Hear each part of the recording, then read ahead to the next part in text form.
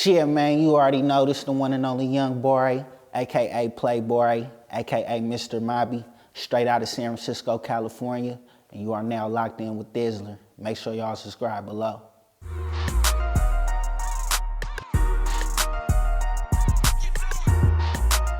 As far as the history of the record, so Mobby basically means the brother be you. That's what Mobby means. And it represents me and my cousin Philmo Rocky, aka J-Rock, you know what I'm saying?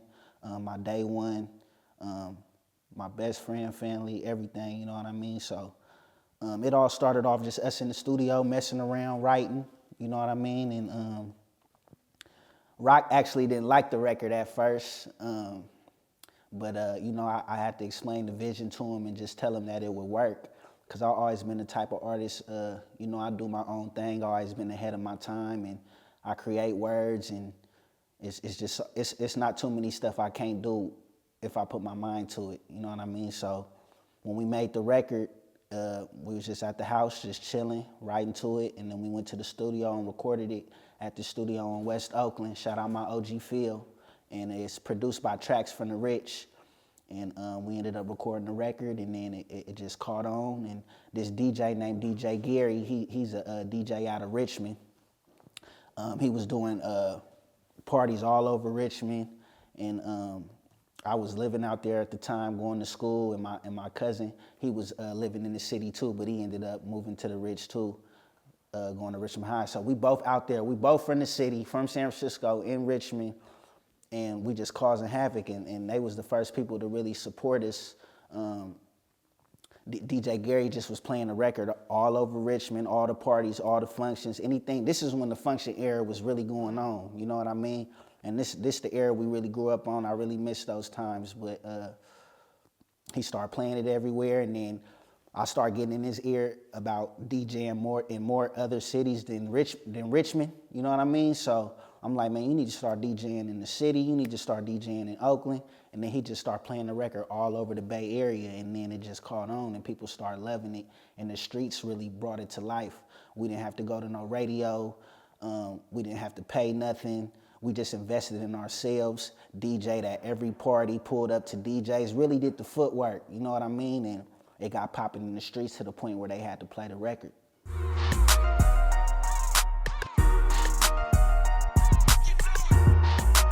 That I didn't even really want to do that video, you know what I mean? I was real stubborn about it because I was thinking about it just like everybody else, like, why he ain't been shot that video, you feel me? Like, you put that record out 10 years ago. But the thing is, you know, my people around me and my peers, they really told me, you know, because I'm a humble person, you know, I'm not big-headed, I don't be feeling myself, like, what you see is what you get with me, you know what I mean? And if you get to know me, you'll really rock with me as a person, but at the end of the day, it's a timeless record, you know what I mean? And that's what they broke down to me, like, me and Rock made that record when we was 17 years old. You know, we 29 years old now, 28, 29 years old now, so it's like, and it's still going. People still play it in the clubs, it still get played on the radio. People that I grew up listening to say it's a classic. Every cameo that I got in that video is the people that respect what I do and respect that record. So I just ended up doing it because, you know, my peers and my people around me was like, just do it. You never had a video for it, you know what I mean? It's one of your biggest records. Shoot the video. So we just shot it for the people that don't know that's my song, and for people that never seen me before and heard that song, you know what I mean? And we just wanted to paint the picture, you know what I mean? And I feel like we did it the right way.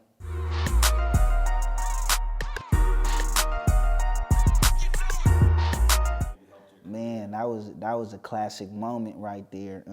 Like I said, man, we was causing havoc out here in the Play area. You know, more people was just catching on more and more as the wave just kept growing and growing. And then I ended up linking up with, because my pops used to manage me at the time. He was like more of a financial manager, you know, getting connects for me and stuff like that. And he just used to get at people and tell them about my music. And this dude named Big Mike, he had this little company called UGMX, and they was like talent scouts, you know what I mean?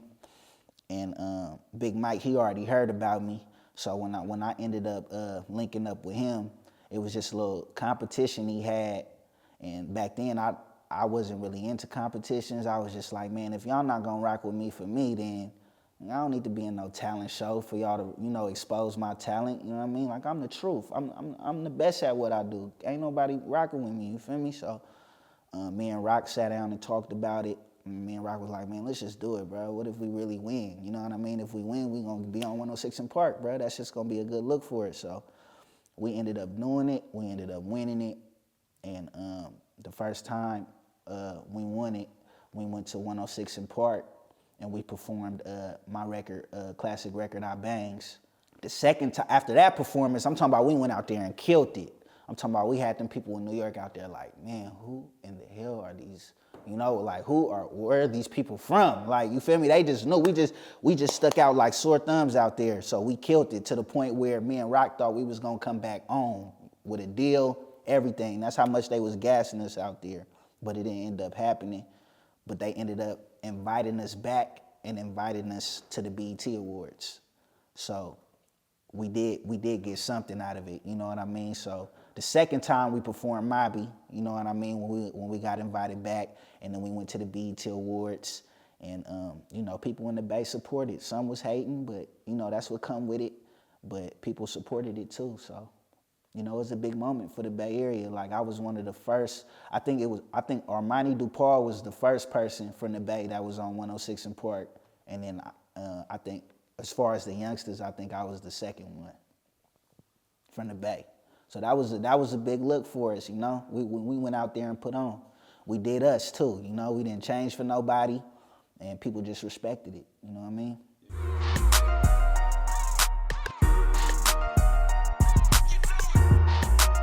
Well, the thing about the hyphy movement, bro, people really love that sound. You know what I mean? Like, even if you perform out of the Bay Area, people love that sound. You know what I mean? Like, that's what people really want to hear. But I just think it was just misunderstood because how it was represented. You know what I mean? And the people that was kind of the face of it, they probably didn't like. They did it to the point, even though it was our culture and it was just so ahead of its time. I just feel like people that wasn't from the Bay, they didn't really understand it. You know what I mean? They probably look like we, all that going dumb, shaking dreads, saying all type of crazy lingo. They just couldn't relate because it's like they're not from out here. You know what I mean? And even some people from out here, a lot of people don't move like that. You know what I mean? Like, people from the city, we don't move like that, bro. Like that, the hyphy. I feel like the hyphy started in Oakland, Vallejo, like Mac Dre started it, Keek started it, that whole little wave started it, 40 picked it up, you know what I mean? Like, but people from San Francisco, like, we just went along with it because, like I said, it was just a unite thing. Everybody was rocking with it, and we like, forget it, we won Bay, let's do it, you know what I mean? And my swag, I touched and picked from it, you know what I mean? I fell in love with it, but I just knew as a person and the way I moved, I'm not hyphy. You know what I mean? I'm more of a smooth kind of dude. You know what I mean? Like, it's a balance. You know what I mean? I got my hyphy. Hyphy gonna always be in my heart. You know what I mean? But I just have my balance where I'm smooth, and then if it gotta come out, it gotta come out. But other than that, I'm not an extra person. You know what I'm saying? Like, I'm not finna be shaking my head like I'm finna have a headache or something, like, you know what I mean? Like, I'm not finna be doing nothing that's gonna make people look at me like I'm retarded. You know what I mean? Like, it's a balance. So I just feel like people really looked at the hyphy movement like we was retarded. You know what I mean? Like, it was just misunderstood. You know what I mean? Like, I was always into the turfing, into the gigging. Like, we used to be performing at them type of things too. I respected all that culture, and like I said, I took from that culture because it was in me. Like, I always been the person that knew how to dance. So, like I said, I always supported it, but I just feel like it was misunderstood. And I just feel like the OGs kind of, I feel like the OGs feel like it could have still been lit. Like, you know what I'm saying? Like, if Mac Dre was still alive, or if more people really like didn't give up on it, I feel like the OGs feel like it still could be lit. You know what I mean? But, music changed, times change. Nothing don't never be the same. But it was a real movement that I feel like we could have stretched a little longer if the unity was there, and and everybody just kind of represented it the way it was supposed to be represented. You know, a lot of people just made it look bad too. You know what I mean?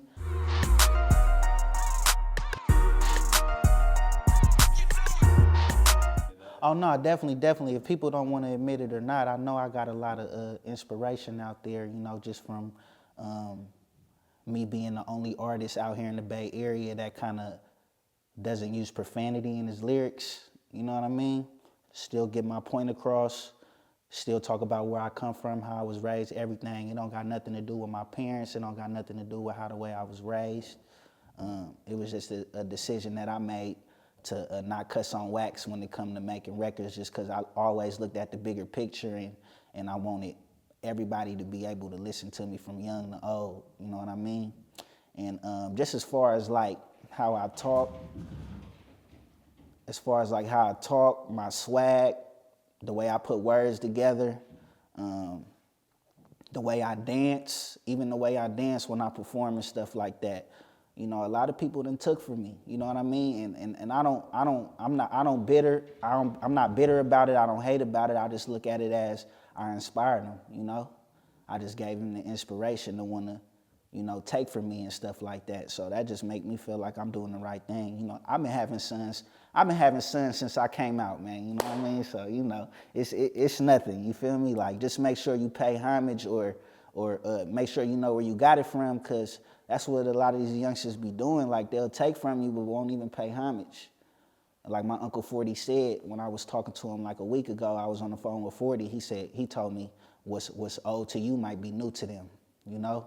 And that was a bar to me. Like, what's old to you might be new to them, you know what I mean? So it's like, if you don't take it and run with it and don't nobody know about it, somebody gonna take it from you. That's basically what he was saying. So, you know, it just keep me motivated, man. It just shows how much impact I got out here, and I just want to take it to the next level and really get in position so people really know where it came from.